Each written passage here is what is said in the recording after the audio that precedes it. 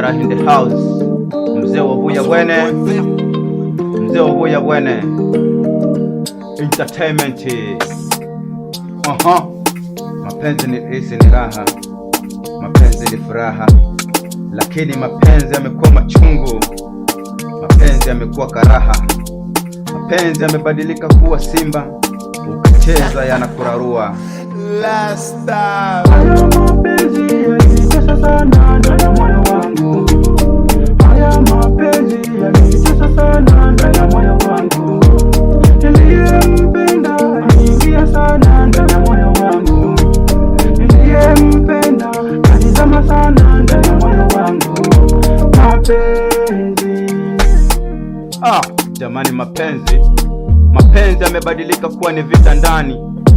Mapenzi yamebaki watu wanatesana hadi kitandani. Mapenzi yamekuwa ni burudani, ukishachoka unarudi nyumbani. Jamani, mapenzi. Last time. Haya mapenzi yanitesa sana ndani ya moyo wangu. Haya mapenzi yanitesa sana ndani ya moyo wangu. Niliyempenda aliingia sana ndani ya moyo wangu. Niliyempenda alizama sana ndani ya moyo wangu. Mapenzi ya sasa hivi, ukijifanya unajua mapenzi, ipo siku utajikuta umejipiga kitanzi.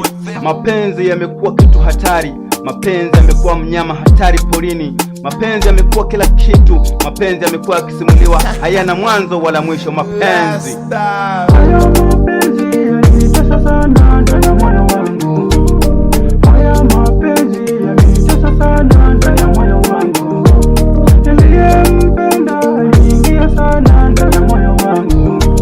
Niliyempenda alizama sana ndani ya moyo wangu. Mapenzi. Wanachosema wasanii wanamaanisha, wanasema ni bora apende wazazi wake kuliko kumpenda mtu asiyemjua. Ndio maana vijana wengi wamehamia kwenye mapenzi ya kununua, kwa sababu mapenzi yanawatesa. Mwingine wamehamia hadi kwenye sabuni.